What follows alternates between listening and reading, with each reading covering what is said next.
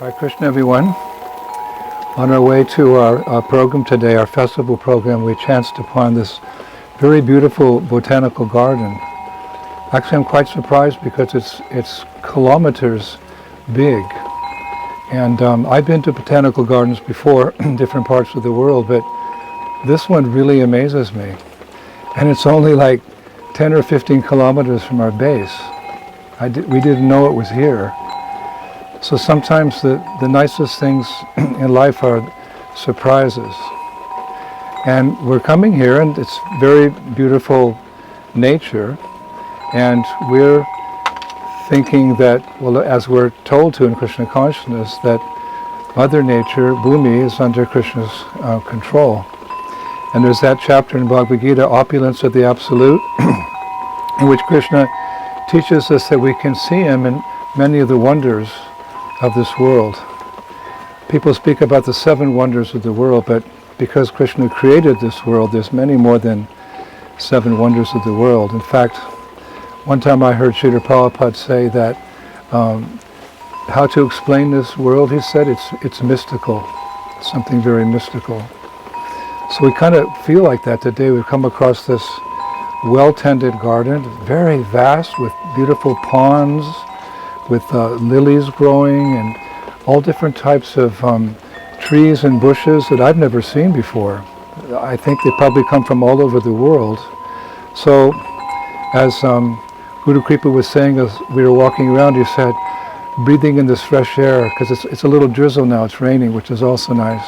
He said, some fresh air finally, because we're always on the streets, chanting Hare Krishna down the streets, past all the cars and the factories and everything like that. That's fine. We're happy doing Sankirtan, but you breathe in all that air, and your brain becomes a little cloudy. So this is where the yogis would go. Yogis would go to nature because it was peaceful. It's as Krishna created it. There's that saying that man created the cities and God created the country. And this is very much, I think, what Vrindavan looked like, or still looks like, to those who have spiritual vision. This is the beauty of nature, I think, that was there when Krishna was in Vrindavan 5,000 years ago. And as I walk around here and see how nicely it's tended, it's very clean, and it's just so fresh and so beautiful. I wish today Vrindavan could look like this.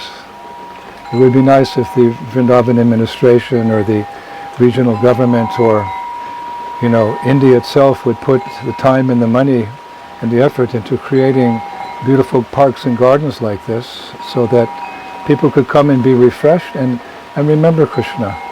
This is Mother Nature, this is Bhumi, one of Lord's servants, and this is how the world's supposed to look. Yes, it's dukkhalayam shashvatam, it's a temporary place full of different types of miseries, but we could always see Krishna's hand in everything, His touch in everything. The beautiful flowers and the butterflies that are here and the bees and everything. It's nature existing in a very harmonious way. One time Prabhupada said, human life doesn't mean that we have to live in conditions like cats and dogs.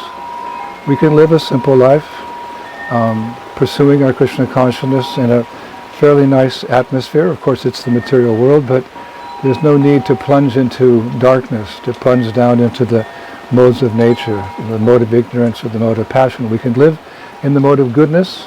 It's much easier to remember Krishna in the mode of goodness. And that's why the yogis went to Himalayan mountains.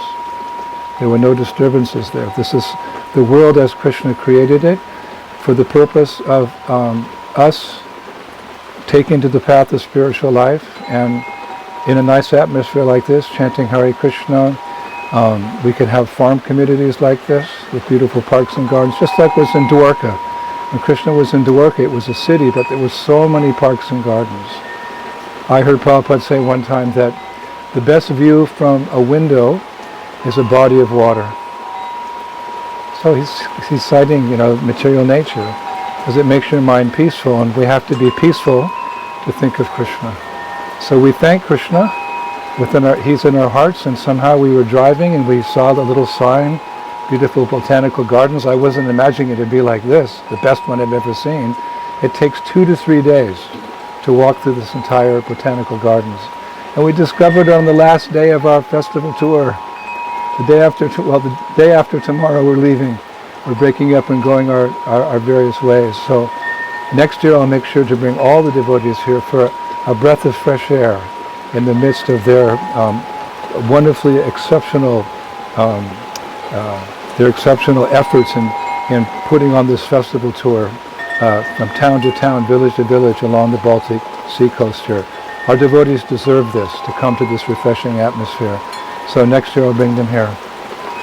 From this beautiful botanical garden somewhere in the middle of nowhere in Poland, Hare Krishna, all glories to Srila Prabhupada.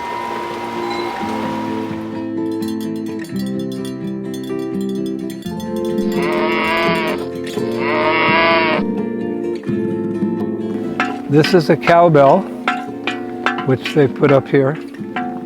And it doesn't sound like a church bell, but for those who work in the pasture grounds with the cows, it's a sweet as sugar, because it reminds them of their beloved cows. And cows are the favorite animal of Krishna. You could even say the famous devotees of Krishna, because when Krishna goes to the pasturing grounds in Vrindavan, he goes all day long. Most of the day, he's with the cows and his boyfriends. So the cows get the most association.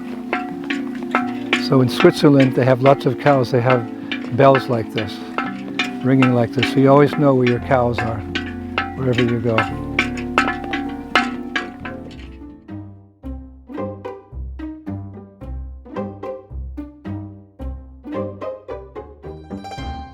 So here we have some sort of place you can make a wish. And it appears that the wish is fulfilled by some nymph, some goddess of the forest, a beautiful depiction of her here. So generally, devotees don't pray to the demigods, higher or lower, for anything, but we know the gopis did pray to Katyayani, goddess Katyayani, that Krishna could be their husband. So I think if we ask for a proper wish, it's okay to make wish here, like a wishing well type place. So we're going to wish that the Sankirtan movement of Sri Chaitanya Mahaprabhu will very quickly go to every town and village of the world, and everyone will become happy by chanting Hare Krishna, Krishna Krishna, Hare Hare, Hare Rama, Rama Rama, Hare Hare. Everything helps. Haribol.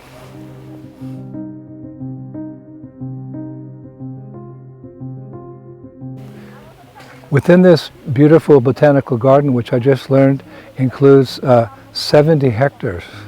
It's just mammoth. And it's so well taken care of. There's rose gardens and this garden, that garden. And here we've come across a maze. And I've been walking through this maze. Actually, at one point I got lost. And I was thinking, it's just like the maze of material existence. And we can't find our way out of the maze of material existence. But if somehow we meet the gardener who's tending to the maze, then he can tell us how to get out. So of course, Krishna is the creator, the maintainer, and the destroyer of the material world. So he knows every nook and cranny of this material world. So if we so desire, he's also within our hearts.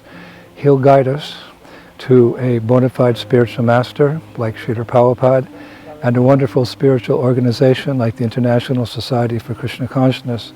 And with the help of Prabhupada and his representatives, the devotees of ISKCON, people can find their way out of this crazy maze of material existence.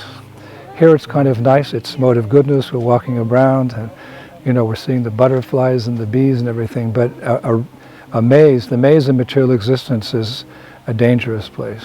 Dukkalayam ashashvatam, it's temporary and full of misery. So we shouldn't become infatuated by the maze of material existence. We should try to find our way out by taking shelter of Srila Prabhupada and his wonderful movement, the International Society for Krishna Consciousness. All glories to Srila Prabhupada.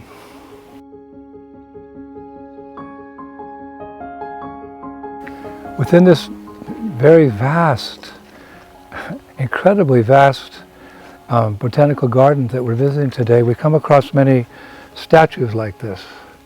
This is some forest lady, I imagine, whatever. And she has baskets of fruit depicting, life perhaps in a village hundreds of years ago in Poland or something. But we can see this is the difference between deity worship and idol worship.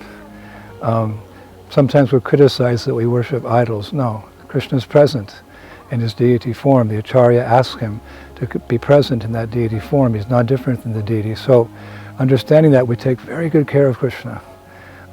Yesterday was Janmashtami, and all our temples around the world, devotees were taking extra special care to the details of dressing the Lord and making beautiful flower garlands and wonderful offerings, etc. This is the difference. This is idol worship, worshipping some mundane form like this, and you can see the result. It's not very beautiful. It's just tarnished and weathered by the wind, etc. So this is idol worship. Deity worship is described in ancient Vedic scriptures that the Lord, out of his kindness, he comes he's present in the form of the deity. He accepts our worship. So take a look at this, and then take a look at a beautiful photo of any of the ISKCON deities. You can understand the difference between idol worship and worshiping the Lord in his form as the deity. And Srila Prabhupada, this was one of his great gifts that he brought to the Western world, the worship of Krishna in the form of his deity. Hare Krishna.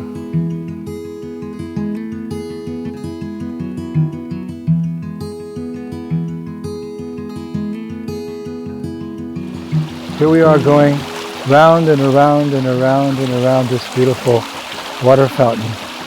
And it's just so beautiful that I just was thinking I could just stay in this part of this beautiful botanical garden, just appreciating the sound of the water and the clarity of the water. It's very deep green and very beautiful. But I was thinking that's what it's like to be in the material world.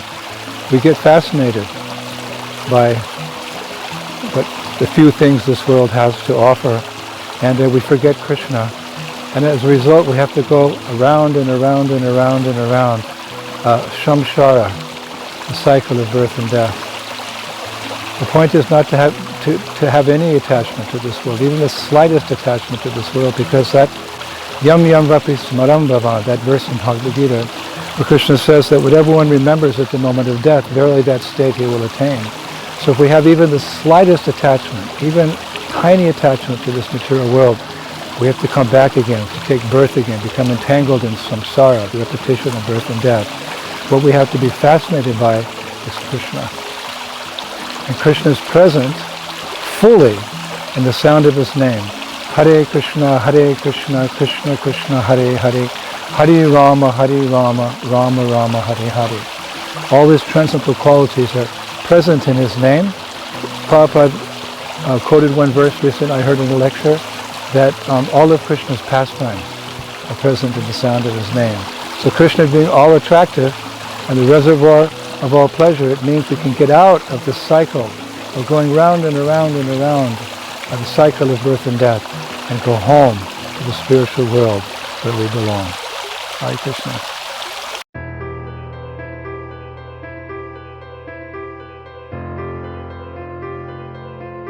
As devotees, we're being trained to see Krishna everywhere.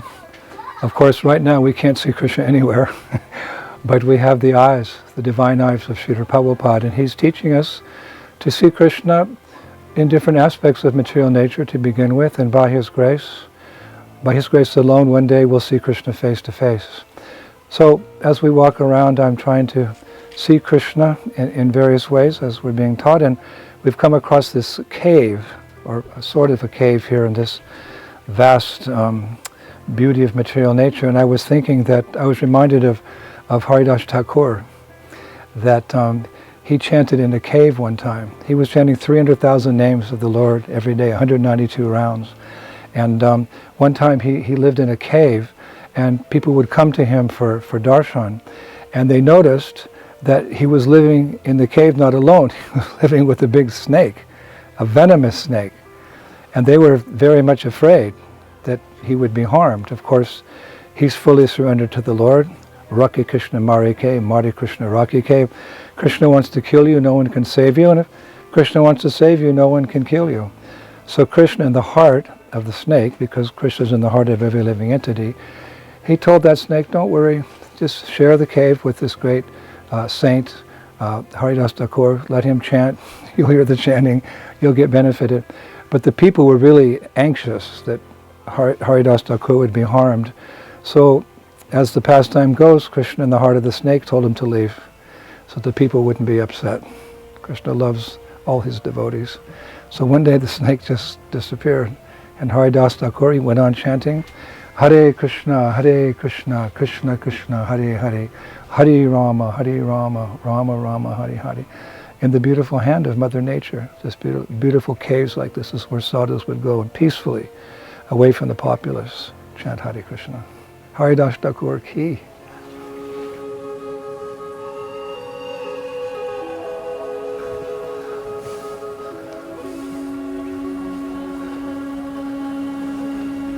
So we're walking through this beautiful maze, this beautiful forest, extremely beautiful forest, and we've just come upon a little place where you can see there's lots of little places for birds to live.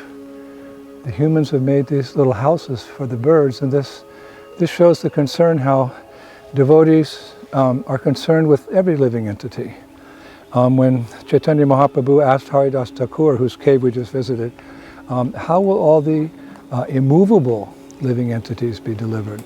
Meaning trees and plants and bushes, what to speak of birds and animals and insects. Haridas Thakur replied in a very wonderful way. He said, all these immovable living entities, they'll also be delivered. How?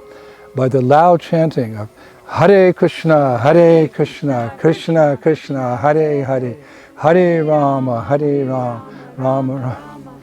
So this is the thought that came to my mind as we see that the people who manage this particular project, they provided nice little houses for the birds to live, perhaps through the cold winter, I imagine something like that. So just as people care about animals, we care about them ultimately by wanting them to also be delivered from the repetition of birth and death, from this material existence. It's not just humans.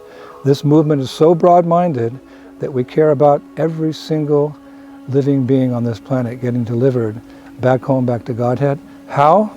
The simple process of chanting very loudly, Hare Krishna, Krishna Krishna, Hare Hare, Hare Rama, Rama. Lessons to be learned in the maze. Hare Krishna.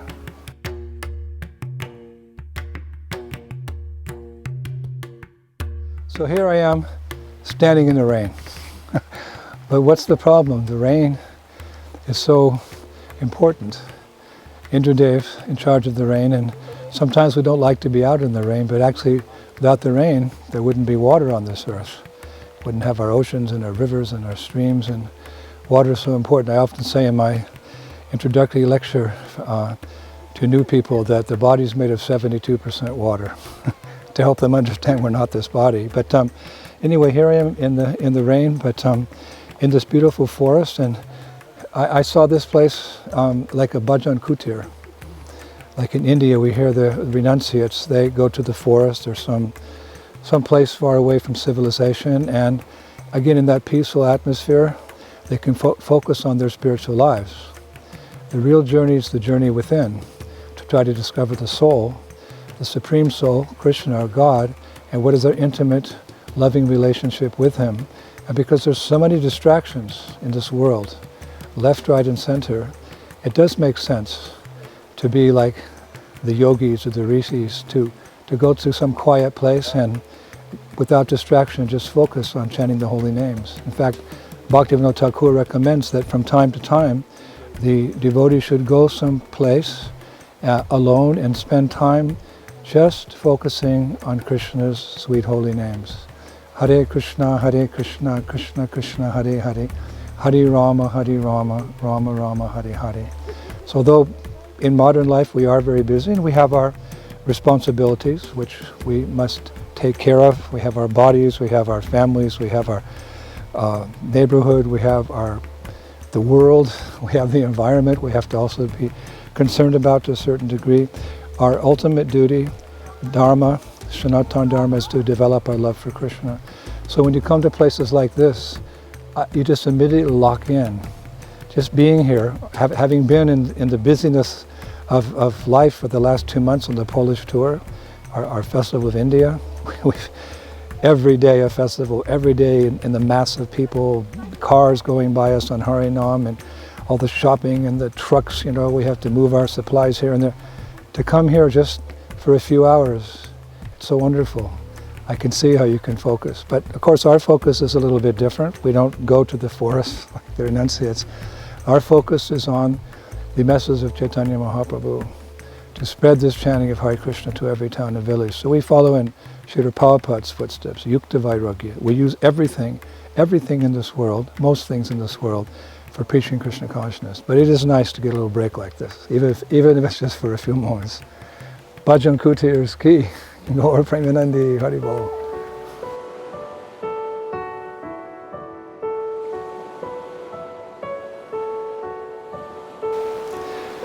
Hare Krishna, so we're still standing in the rain, but don't worry about me, it's not cold, it's quite warm here, it's humid. And what's really is important is that we're standing beside this beautiful flower garden. Actually, there's so many gardens like this all over this botanical gardens, different kinds of flowers, different sizes, shapes. It's just a pageantry of colors everywhere. It's so exhilarating to see Mother Nature at her best like this. And I was thinking that we heard Prabhupada say one time in Geneva, Switzerland, while he was visiting us there, he said, flowers are the smile of Krishna. You can see like that. Because when you see them, you smile. And Krishna's all attractive. So here's another opulence of the Lord in the material creation, flowers. There's that famous photograph of Srila Prabhupada. He's holding that champak flower, Frangipani. He's looking at it. It's a combination of kind of off-white and golden. And he's looking at the flower and he said, this is the color of Lord Chaitanya. So this is seeing Krishna everywhere. So nice you have to come here. Every turn we're finding different flower beds like this. It's so beautiful. Hare Krishna.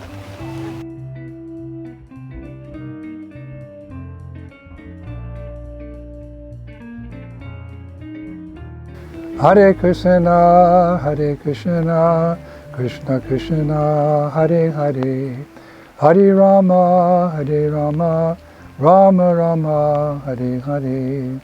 Here I am, singing in the rain. I'm almost soaking wet, but it's the rain. It's refreshing. And you can see I'm in another beautiful garden here with the Kaleidoscope of Colors. The persons who put this botanical gardens up, they must be really amazing artistic persons because everything's beautiful here.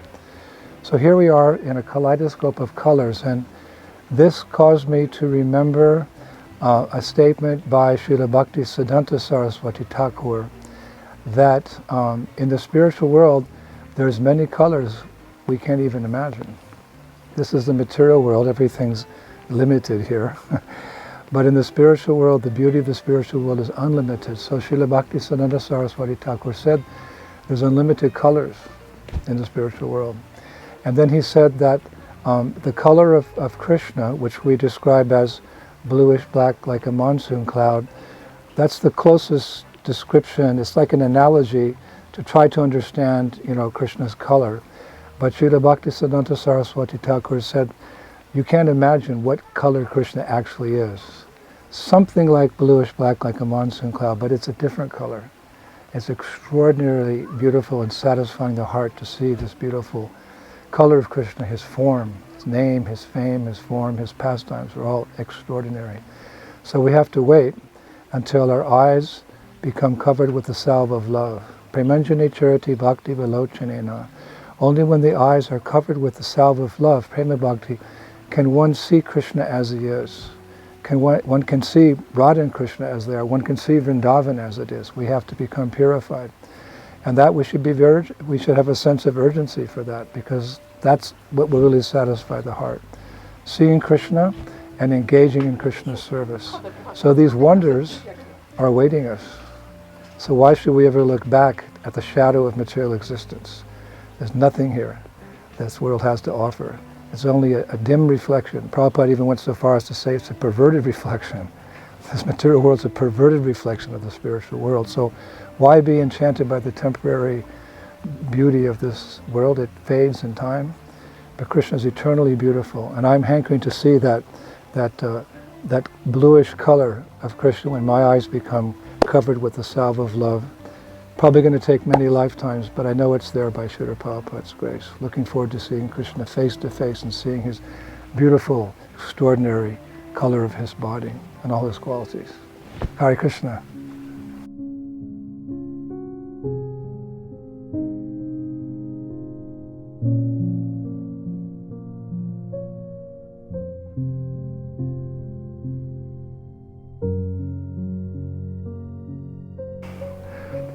So I'm sitting now in the blue garden of this amazing project, this Botanical Gardens. And I'm just thinking how nice it is, again, to be close to Mother Nature, which facilitates our remembering Krishna, because it's in the mode of goodness. And I remember in the early 1970s, when we were preaching in France, we had a temple in Paris at 4 Rue Le Soeur, but we were making so many devotees it was overflowing. So Srila Prabhupada recommended that we get a place in the country, a big place in the country, where devotees could live free from the anxiety of city life. So we began looking without much success, and then Srila Prabhupada came to Paris at that time. And during that trip he actually went with devotees, a team of devotees, looking at different properties in the countryside of France, quite, maybe 300 kilometers south of Paris. He drove in a Citroën, a French car with devotees, and they visited several properties. We didn't find anything satisfactory, but to make a long story short, eventually we found what we now call Le Nouvel Mayapur, New Mayapur in France. It's about, 240 kilometers, if I remember correctly, south of Paris, convenient for visiting. And when Srila Prabhupada first visited there, after we developed the project as much as we could, we had cows, we had flower gardens like here, not exactly like here, but beautiful trees were growing, and there were the wheat fields, and Prabhupada came, and I remember he said many things, instructing us, in living in a community like that. He wanted us to live in that type of environment, especially the grihastras, with the school for the children. I remember one time he said, if we had 5 properties like this, he meant, he said properties, but he was referring to projects like this. We have at New Mayapur a big castle, many other buildings, and fields for farming and for our cows. Looking around, he said, if we had 5 projects like this, we could take over Europe. And I was thinking, what a vision. Here we are, a few fledgling devotees, just trying our best to go out and distribute books and have some Sunday feasts and preach in the universities. But Prabhupada was saying we could take over Europe. And he mentioned that one day people will flock to such communities because the world will be in such despair, there will be nothing to eat, and there'll be no shelter. So he said, be prepared to receive thousands of people. My mind was reeling. Looking around, there was like 40 or 50 of us. We were trying our best to till the fields and milk our cows, and probably thousands will visit us. So this is the vision of a pure devotee. And it should be our vision as well. We should see everything through the eyes of saintly persons, everything through the eyes of Srila Prabhupada. This was his desire. He felt that if we had 5 projects like New Mayapur, it would have such an influence on the European continent that we would take over. Take over in the sense that we would make a big impression upon people, not that we would become politicians and big businessmen, and maybe, but his idea was that everyone would have the opportunity for hearing about Krishna because of the example we set in our lifestyle. It's one thing to read the books, but it's another thing if people can come and see the books in action. Prabhupada wanted that we distribute books, but he also said towards the end that 50% of his mission was not finished, Varnashram Dharma, which means the lifestyle of Krishna consciousness, which is most suitable in the countryside, like Vrindavan and like Mayapur. Both those places were when Krishna appeared and when Sri Chaitanya Mahaprabhu appeared. So we have a lot of work to do. We have to spread the message, and we have to be the best examples.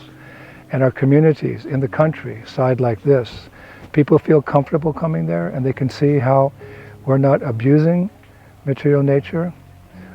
There's that saying, don't take according to your greed, take according to your need.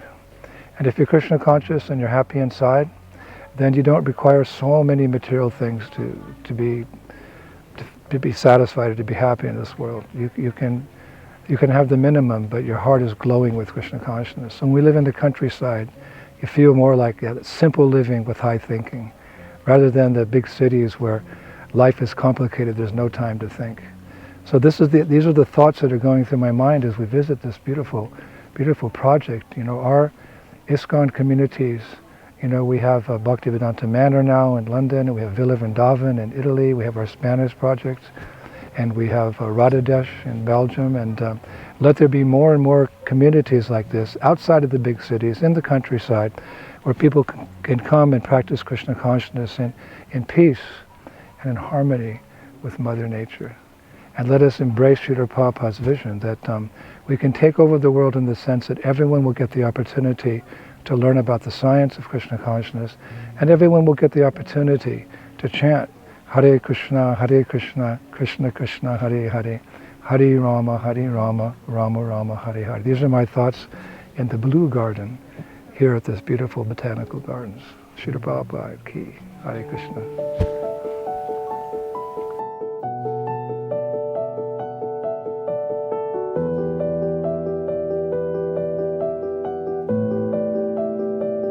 So we're sitting now in a very secluded part of this beautiful botanical gardens, and this reminds me of a kunja. Like in Vrindavan, there's many kunjas. It means little places like this that are kind of secret. They're covered by different bushes and trees and vines, etc.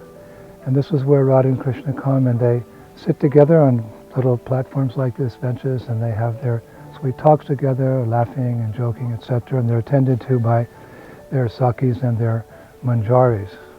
And we sing about this, these wonderful pastimes of Radha and Krishna and their intimate devotees in the kunjas of Vrindavan. It was Srila Bhaktivinoda Thakur who wrote that song, Jai Radha Madhava. Jai Radha Madhava Kunja Bihari, Gopi Jana Balaba Giravaradhari. So Jai Radha Madhava, all glories to Radha Madhava, Radha and Krishna. Jai Radha Madhava Kunja Bihari, who enjoyed very sweet pastimes in the groves of Vrindavan. And these groves are so important, these kunjas are so important that each of the Astasakis, it's quite deep, but each of the Astasakis, the 8 principal maidservants or girlfriends of Srimati Radharani, they have their own groves as well that they're in charge of, and they're always inviting. They don't have them for themselves because in Vrindavan everyone just thinks of the pleasure of Krishna. Everyone in Vrindavan loves Krishna more than anyone's ever been loved before. So everything they do is for the pleasure of Krishna. So each of the sakis, they maintain a kunja, a grove, not similar to this, where they invite Radha and Krishna to have their pastimes, and they serve them in various ways along with their helpers. Just like Radha has her helpers for the sakis, they also have their group of helpers called manjari. So all together they come to these beautiful groves, and here we're sitting on a red bench.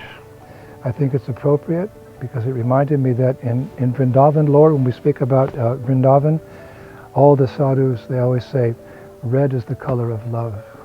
Red is the color of love. So you often see red used in different pageantries and different festivals and different dresses and so forth. Red is the color of love. So that's what it reminded me when I sat down here. The love, the intimate love, the transcendental love of Radha for Krishna and Krishna for Radha and all their helpers in Vrindavan. And this is where we want to end up.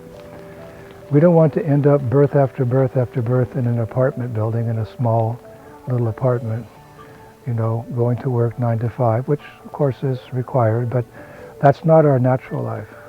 Our natural life is living in Vrindavan, in the very quaint, beautiful nature of Vrindavan, serving Radha and Krishna eternally, where every living being, not just the quote-unquote humans, but the trees and the flowers and the bushes and the bees and the birds, they're all pure devotees of Krishna. They all add to the variety of love in Vrindavan. Even here we say variety is the spice of life, but in Vrindavan there's so much variety, so many different rasas, so many mellows, they mix, and it's all for the pleasure of Krishna. You can just imagine. There every living entity and is a pure devotee. Here we hanker after the association of saintly persons. There in Vrindavan, every creature is a pure devotee, just brimming with ecstatic love for Radha and Krishna. So these are the thoughts we have when we come to these little kunjas, these little secret little areas where there's many beautiful flowers and bushes and trees, and the red bench, which represents divine love. Shri Shri Radha Shyama Sundar ki, Shri Prabhupada ki, Shri Vrindavan Dham ki.